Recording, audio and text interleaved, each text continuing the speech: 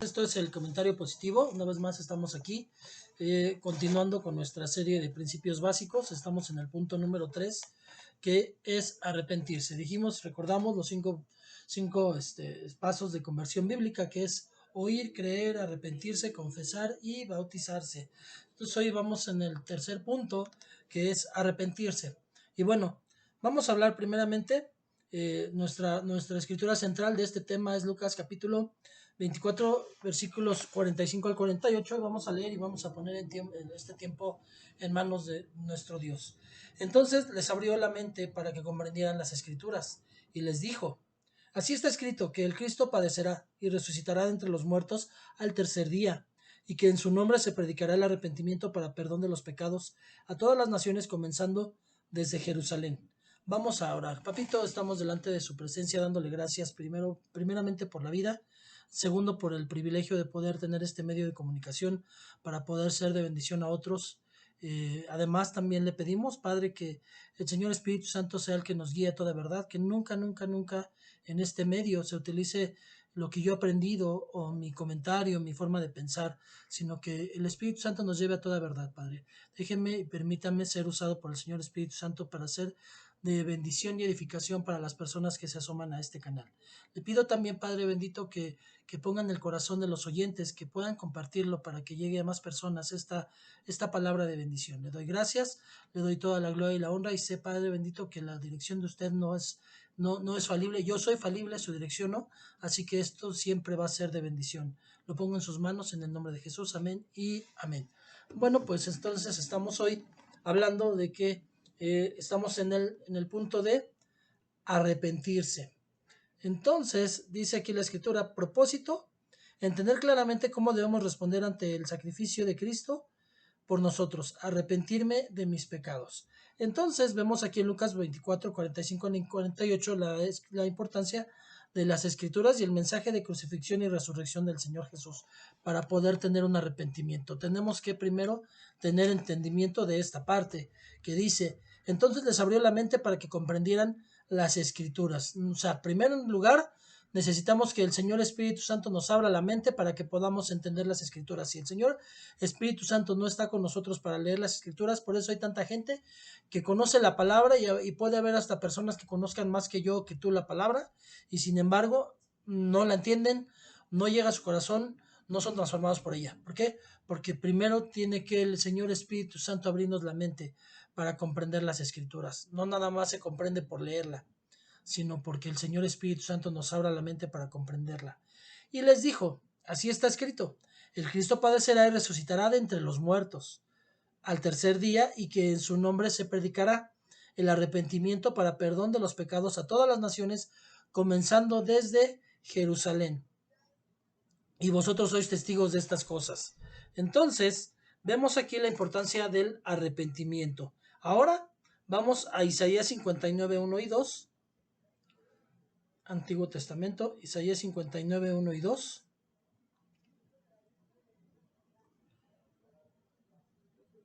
Dice la palabra: he aquí, no se ha cortado la mano del Señor para salvar, ni se ha endurecido su oído para oír. Pero vuestras iniquidades han hecho separación entre vosotros y vuestro Dios, y vuestros pecados le han hecho esconder su rostro de vosotros para no escucharos. Aquí vemos y recordamos que cuando vimos el tema de luz y oscuridad, vimos que un muro de pecado que nosotros tenemos es el que nos separa de Dios, y estamos en oscuridad cuando nosotros no hemos derribado ese muro. Entonces, esa barrera de pecado que nos separa de Dios, necesitamos derrumbarla. Pero ¿quién? ¿Él o nosotros? Obviamente nosotros somos los que tenemos que derrumbar.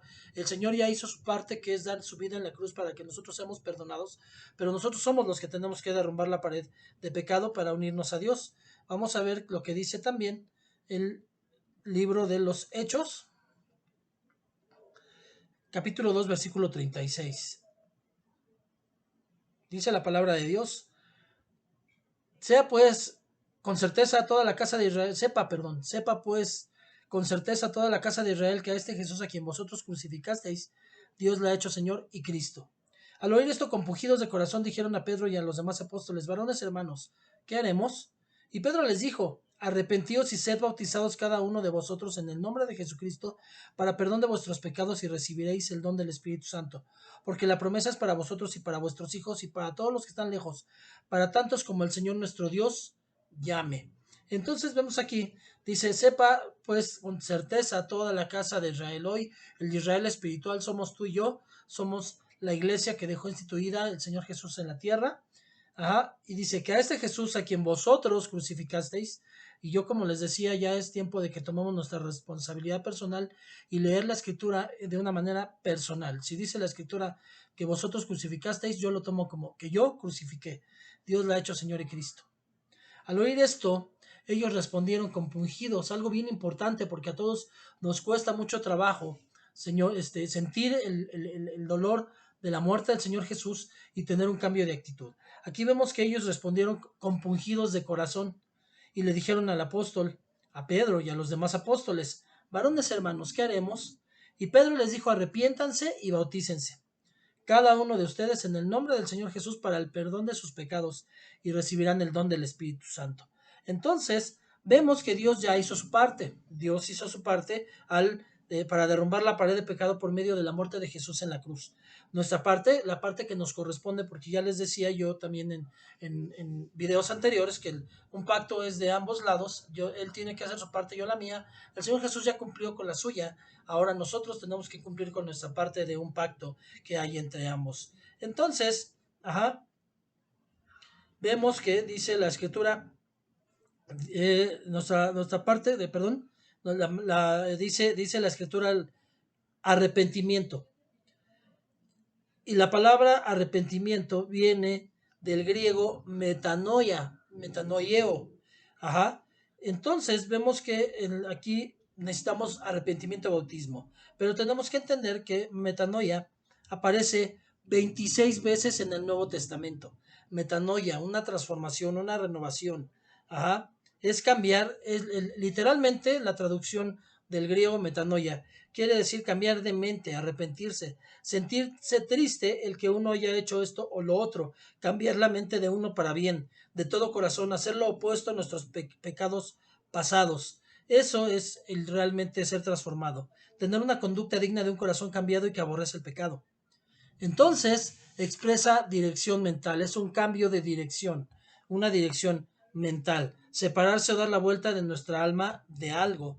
Eso es lo que quiere decir metanoia. Y lo dijimos, 26 veces aparece en el Nuevo Testamento. No es casualidad porque 2 y 6 es 8 y 8 es un número de renacimiento, de renovación, de reinicio. Entonces el Señor lo que busca en la metanoia es que nosotros tengamos un reinicio. O sea, no solamente es arrepentirme, sino es como cuando reiniciamos nuestra computadora, que ya está bien saturada, está llena de información, la reiniciamos y queda limpiecita para que vuelva a empezar. Así nosotros tenemos que ser reiniciados por medio de la metanoia.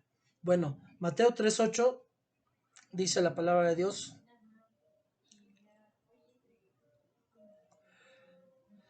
Por tanto, dad frutos dignos de arrepentimiento.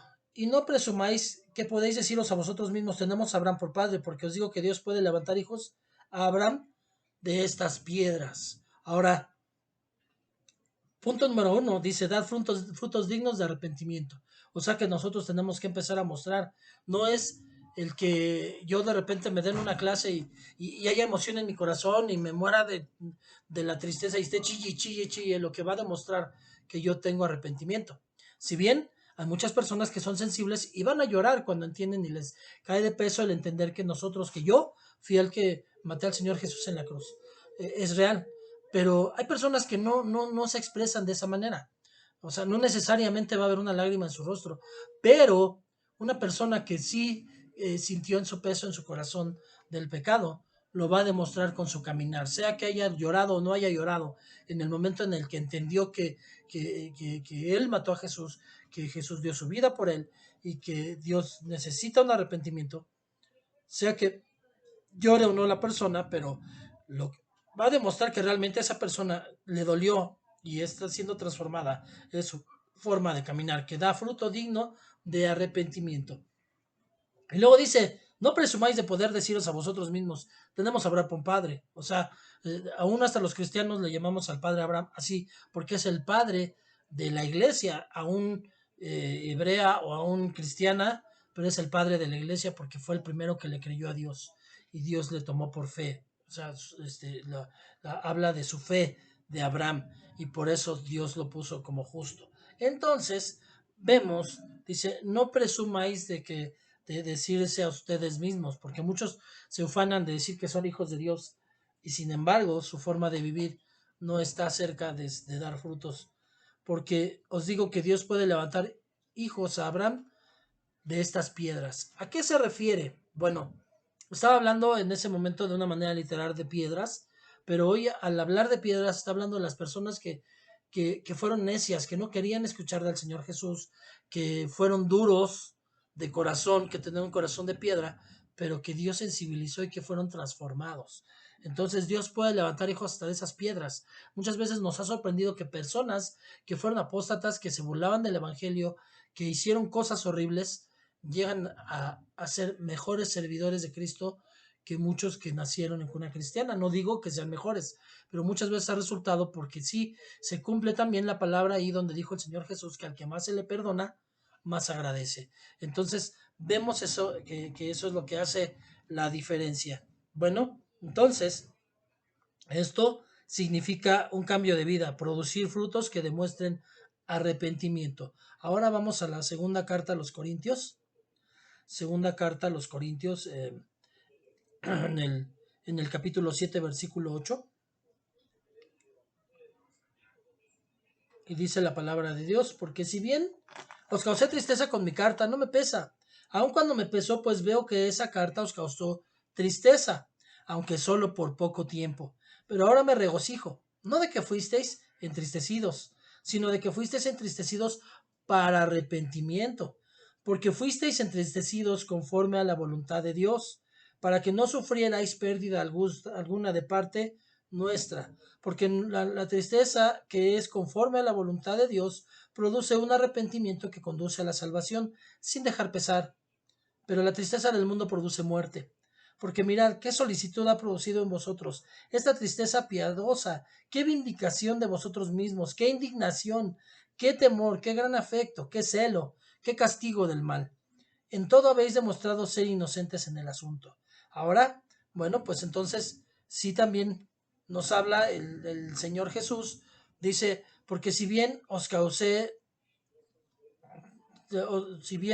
tristeza, dice, con mi carta no me pesa. Aun cuando me pesó, pues veo que esa carta os causó tristeza, aunque solo por poco tiempo. O sea, está hablando de que tenemos que tener que Pablo estaba viendo el dolor que causó el entender que estaban en pecado y que hubo una transformación.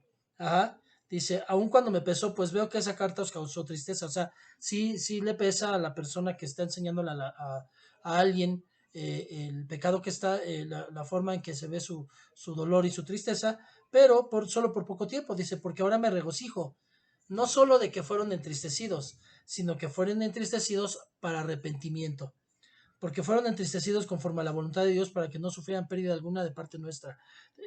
Entonces, aquí vemos la importancia que tiene que seamos entristecidos, pero para arrepentimiento, porque muchos se entristecen, pero nada más por emoción y siguen haciendo lo mismo. Entonces, de nada sirve que hayan demostrado el estar tristes si realmente no hay una transformación, porque la tristeza que es conforme a la voluntad de Dios produce un arrepentimiento que conduce a la salvación, sin dejar pesar, pero la tristeza del mundo produce muerte. Porque mirad, qué solicitud ha producido en vosotros esto, esta tristeza piadosa, qué vindicación de vosotros mismos, qué indignación. Entonces, eso es lo que espera el Señor Jesús que haya cuando nosotros tenemos empieza a pesarnos en nuestro corazón el pecado, que haya indignación, que haya temor de Dios, que haya afecto, celo, castigo del mal. En todo habéis demostrado ser inocentes en el asunto, dice. Así que escribí, dice, pero ustedes demostraron ser inocentes en el asunto. Entonces, dice la palabra, significa tener dolor por nuestra maldad. Eso es lo que nos está mostrando la palabra. Existe una gran diferencia entre la tristeza del mundo y el arrepentimiento. hay una gran diferencia, que era lo que yo mucho he remarcado, porque la palabra dice que la noche en que el Señor Jesús estaba a punto de que lo fueran a arrestar, dice que Judas, después de que lo traicionó, se arrepintió, pero fue y se ahorcó. Y Pedro nunca dice que se haya arrepentido, pero mostró dolor en su corazón, tristeza, y salió y lloró amargamente. Entonces, en el primer caso, nosotros le llamamos que es un remordimiento, que sí es un arrepentimiento, pero hay que entender que nosotros somos alma y espíritu. En el alma es donde está el remordimiento, que es un arrepentimiento no real, un arrepentimiento ficticio, un arrepentimiento emocional. Y en el espíritu está el verdadero arrepentimiento. Con Pedro ni siquiera tuvo que decir la palabra que estaba arrepentido, sino que dice lloró amargamente, y vemos después su caminar, su transformación, su renovación de Pedro. Entonces, vemos que dice que nosotros tenemos que tener la diferencia, aprender la diferencia primero y vivir la diferencia entre la tristeza del mundo y el arrepentimiento verdadero. Porque la tristeza del mundo es lo que yo le llamo el complejo del borracho. El borracho hoy amanece crudo, con dolor de cabeza, con resequedad en la boca, quizás con cansancio y dolor en su cuerpo, pero él jura y perjura que no va a volver a tomar, y a la tarde o al otro día ya está otra vez ebrio.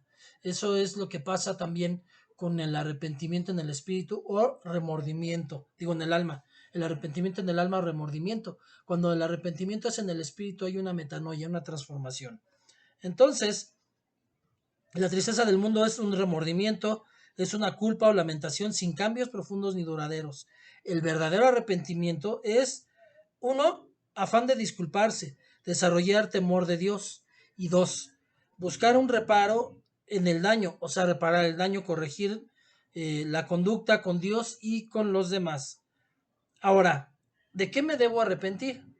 A lo mejor esa es la pregunta, digo, es la más obvia, honestamente, pero también la mayoría de nosotros nos la hemos hecho en algún momento. Bueno, pues vamos a ver qué nos dice Marcos, capítulo 7, versículo 14. Dice la palabra de Dios: y llamando de nuevo a la multitud les decía, escuchadme todos y entended, no hay nada fuera del hombre que al entrar en él pueda contaminarlo, sino que lo que sale de adentro del hombre es lo que contamina al hombre. Si alguno tiene oídos para oír, que oiga lo que sale de adentro. Siempre nosotros nos estamos preocupando de lo que entra en mí, de lo que viene hacia acá. O sea, de lo exterior, de lo externo, de cómo me puede ver la gente, de lo que viene hacia mí, de lo que yo puedo tomar o agarrar del mundo, y que eso es lo malo. Pero dice que lo que contamina al hombre es lo que sale de adentro del hombre, porque de adentro del hombre, dijo en otra parte el Señor Jesús, salen las malas palabras, los hurtos, las maldiciones, los malos deseos, la fornicación, la inmundicia, todo eso sale de dentro de nosotros, y eso es lo que realmente nos contamina. Dice, no hay nada que al entrar al hombre pueda contaminarlo. Entonces, esto nos debe de enseñar que el que se preocupa más por lo externo es un fariseo y no es transformado, y por eso lucha y lucha y lucha, y muchos dicen, es que yo me esfuerzo y no puedo cambiar esto. Bueno, lo estás haciendo en la emoción, lo estás haciendo de una manera incorrecta, estás buscando cambiarlo de afuera. Cambia primero lo de adentro. Por eso yo muchas veces le he dicho a mucha gente que si es cristiano, porque les cuesta trabajo, yo les he enseñado que necesitan aprender a sanar su corazón, lo de adentro. Primero es lo de adentro, no lo de afuera. No es que yo empiece a comportarme de una manera diferente sin cambiar lo de adentro. Yo tengo que cambiar primero lo de adentro para poder ser transformado en lo de afuera. Porque cuando yo cambio lo de afuera, me siento forzado y me cansa y me cuesta el hacerlo. Pero cuando yo cambio lo de adentro, lo de afuera ya es algo que sale natural porque ya cambió mi corazón. Eso es lo que yo tengo que aprender. Ajá. Entonces, el pecado proviene del estado de nuestro corazón. Si nuestro corazón está lleno de maldad, pues lo que va a producir es maldad. Si nuestro corazón está lleno de el Espíritu Santo, lo que va a producirse es fruto del Espíritu Santo. Somos nosotros los únicos responsables de nuestros pecados pasados y aún de los presentes. Gálatas 5, 19, 21, que ya lo hemos leído, lo leímos en Luz de Oscuridad.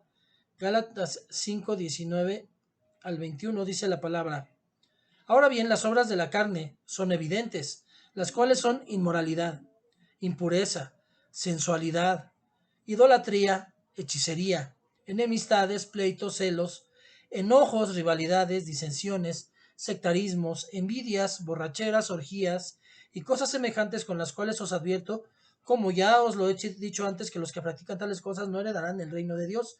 Ahora, a lo mejor muchos me podrían decir, no, pues es que ya hay inmoralidad y ya hay impureza, pues ya, pero les voy a decir una cosa, honestamente, y cuando vemos la manera de vestir algunas señoritas que dicen ser cristianas o mujeres cristianas, o las fotos que se toman para Instagram, para Facebook, pues deja mucho que desear. Muchas veces a lo mejor hasta uno diría, mejor ni digas que eres de nuestra cobertura, porque la verdad es que muestran mucha sensualidad. Y ellas dicen, no, es que nada más es una foto, sí, pero si representa sensualidad, aquí lo dice, sensualidad, no heredarán el reino de Dios. Entonces no importa que tú vayas a la iglesia, pero hasta tu forma de vivir, tu forma de vestir, tu forma de pensar, tu forma de actuar, tu forma de caminar lo demuestra.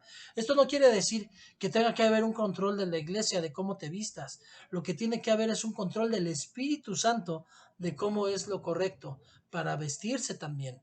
O sea, no solamente, no porque haya una libertad en la iglesia, no quiere decir que yo tenga una liberalidad para hacer lo que se me dé mi gana, porque quizás yo al ser al haber sido rockero cuando yo no era cristiano, entonces hoy yo me tendría que seguir vistiendo con playeras de Metallica y con mi greñero largo.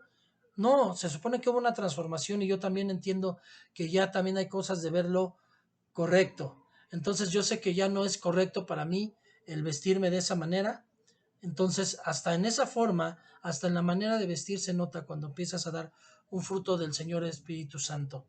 Entonces vemos que la sensualidad, la idolatría no solamente habla de cuando nosotros creemos en una estampita, en un idolito de piedra que no tiene ningún poder, sino todo lo que está en primer lugar de Dios. Muchos pueden tener idolatría a su pareja, a su trabajo, al dinero. Entonces, esto es idolatría y dice la escritura que la idolatría es como la hechicería. Pero aquí las compara otra vez también y están juntas, idolatría y hechicería. Enemistad es hacer que peleen personas o yo tener enemistad con alguien, pelear con alguien, no llevarme bien con alguien. Muchos cristianos practican la enemistad y piensan que están bien y hacen sus sectarismos y sus grupos, y también habla aquí más adelante de los sectarismos. Los sectarismos es hacer mi grupito, yo nada más juntarme con mi grupito y yo hago un lado al otro grupito. Sectarismo es también hacer a un lado a los hermanos que están en otra cobertura nada más porque están en otra cobertura y pensar que yo soy el don perfecto y que ellos son los pecadores. Eso también es sectarismo. Celos, enojos, rivalidades, disensiones, envidias, borracheras. Envidias no solamente se puede envidiar las cosas materiales, como que un hermano se haya hecho de un carro o tenga una casa muy bonita. La envidia también viene en nuestro desarrollo personal, en que muchas veces la gente envidia la manera en que tienes a tu familia, el amor que se demuestra a tu familia, te envidia la manera en que tienes una quizás buena relación con un líder que él quisiera tener. Hay muchas formas de representar la envidia, no solamente en cosas materiales. Entonces hay que tener mucho cuidado y hay que cuidar con pinzas esa parte. Borracheras, orgías y cosas semejantes, con las cuales os advierto que, como ya os lo he dicho antes, que los que practican tales cosas no heredarán el reino de Dios. Entonces, sí tenemos que entender que hay muchas cosas que tienen que cambiar en nuestro corazón. La naturaleza pecaminosa se expresa en muchas formas muy diferentes. Otra traducción de esta escritura dice: las obras de la carne son evidentes, pecados de inmoralidad, inmoralidad sexual. Y al hablar de inmoralidad sexual no solamente hablamos de, este, de fornicación o adulterio, es también la inmoralidad sexual, es la pornografía, la masturbación. Entonces todo eso es también inmoralidad sexual. Y obviamente al hablar del adulterio es tener sexo con una persona que no es nuestra esposa. Adulterio, también el adulterio, o sea, ese es el adulterio, el andar con una persona que no es mi esposa. Fornicaciones es lo mismo, pero con dos personas quizás solteras, o la parte de la persona soltera es fornicación. Homosexualismo, habla también de homosexualismo, ajá, de lesbianismo, bestialismo, pedofilia, todo eso es inmoralidad sexual. y etcétera, todas las porquerías y deformaciones del sexo que ha hecho el hombre en este tiempo. Impureza también se refiere a la sociedad moral de una persona que una persona puede vivir. Ajá. Ejemplo de impureza, pensamientos y vocabulario inmoral, el decir vulgaridades, malas palabras o maldiciones, masturbación, pornografía, como ya lo habíamos dicho, etcétera. También habla de libertinaje, es cuando la iglesia nos da una cierta libertad y nosotros la utilizamos para hacer lo malo, esa libertad. También se traduce como cosas viciosas o sensualidad. Esta describe a una persona que le gustan los placeres sin freno y sin sentir vergüenza alguna. También vemos los pecados religiosos, la idolatría, venerar o confiar en algo o alguien que no es Dios como si lo fuera, adorar imágenes religiosas. La brujería también viene la adivinación, la hechicería, las limpias, el espiritismo, los juegos esotéricos, la adoración a los ángeles, el satanismo, etcétera. También vemos los pecados de carácter que son el odio, que es un sentimiento de aversión y rechazo muy intenso e incontrolable hacia algo o a alguien. También está la discordia, que es ser rápido para discutir y pelear contra otro, ofenderse fácilmente y reñir contra todo o todos los que no están de acuerdo con nosotros. Ser conflictivo. También están los celos, ser dominado por una envidia amarga sobre otro, sentirse insatisfecho con lo que tenemos y resentido contra otro. No estar satisfecho con lo que Dios nos ha dado. Aquí un ejemplo muy claro cuando nosotros veíamos el programa del Chavo del Ocho, veíamos cómo Kiko teniendo un medio, porque obviamente se supone que tenía la pensión de su esposo, la doña Florinda.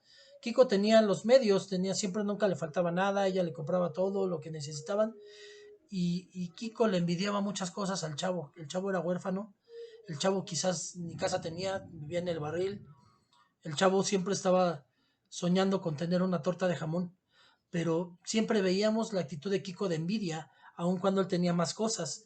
Entonces la envidia no necesariamente es material, ahí vemos que hay envidia del tipo de persona que eres, de lo que haces o de lo que tienes, pero no necesariamente material. Amén.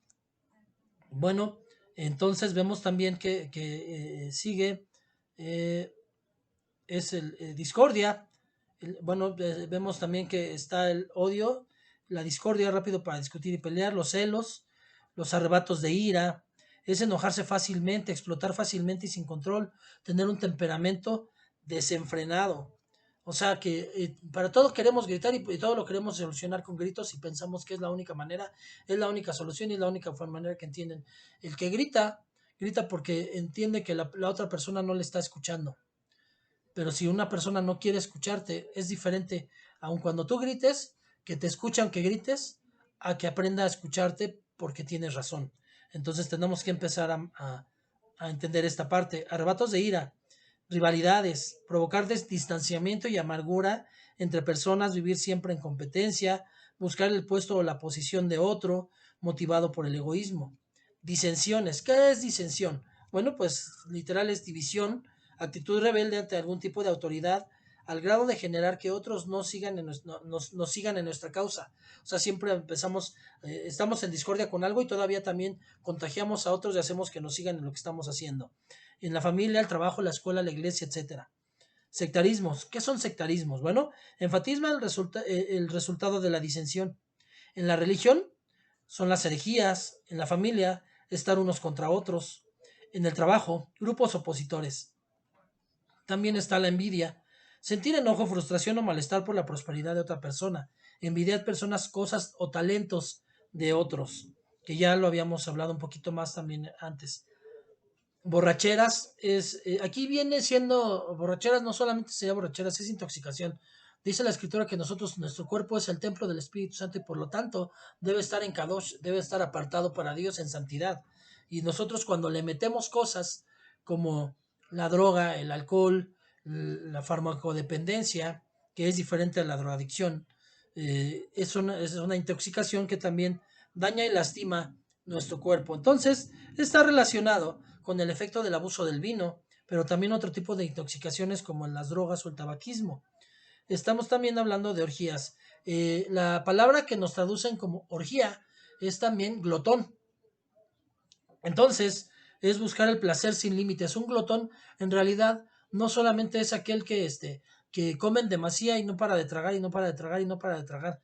Un glotón, en realidad, es alguien que busca el placer sin límites. El problema de que nosotros nos lleguemos a llegar, digamos, hablando de placer en la sexualidad, por una sola situación que salga fuera del contexto de lo que pide el Señor Jesús, nos lleva a que ya después eso ya no nos llena y buscamos algo más.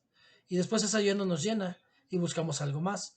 Por eso muchos de los artistas que tuvieron mujeres al por mayor terminan siendo homosexuales.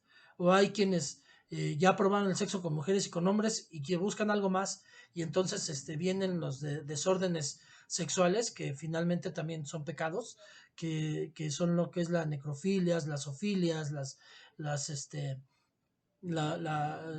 ahora lo que se está dando tanto que es la pedofilia, porque empiezan a tener un placer sin límites y fuera de control y buscar cada vez más. Entonces, empieza por comer en exceso, pero también es la inmoralidad sin límites, beber fuera de control, amanecer en fiestas, etcétera, y otras cosas parecidas. Estos son algunos ejemplos solamente, hay más formas en que la maldad se puede manifestar en el hombre.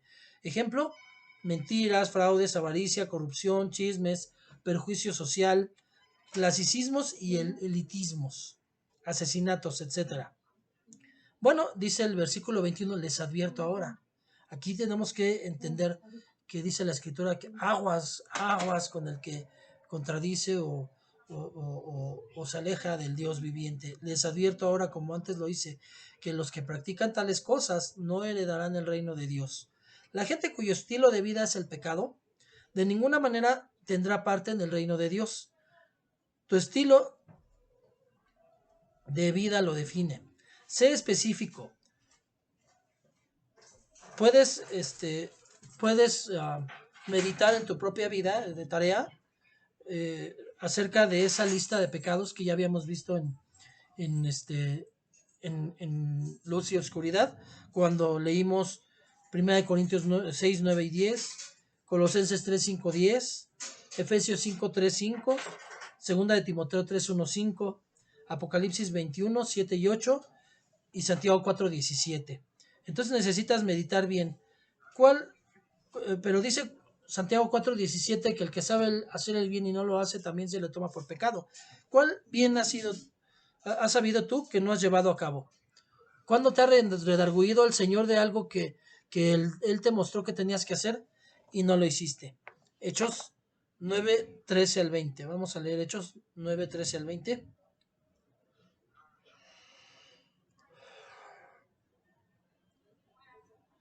Dice la palabra de Dios. Pero Ananías respondió, Señor, he oído mucho acerca de este hombre, cuánto mal ha hecho a tus santos en Jerusalén, y aquí tiene autoridad de los principales sacerdotes para prender a todos los que invocan tu nombre. Pero el Señor le dijo, ve, porque él me es un instrumento escogido para llevar mi nombre en presencia de los gentiles, de los reyes y de los hijos de Israel, porque yo le mostraré cuánto debe padecer por mi nombre. Ananías fue y entró en la casa y después de poner las manos sobre él dijo, hermano Saulo, el Señor Jesús que se te apareció en el camino donde venías, me ha enviado para que recobres la vista y seas lleno del Espíritu Santo. Al instante cayeron de sus ojos como unas escamas y recobró la vista y se levantó y fue bautizado. Tomó alimentos y cobró fuerzas y por varios días estuvo con los discípulos que estaban en Damasco y enseguida se puso a predicar a Jesús en las sinagogas diciendo, Él es el Hijo de Dios. Entonces vemos aquí ajá, Pablo es un ejemplo de un verdadero arrepentimiento. Eh, Proverbios 28:13 dice,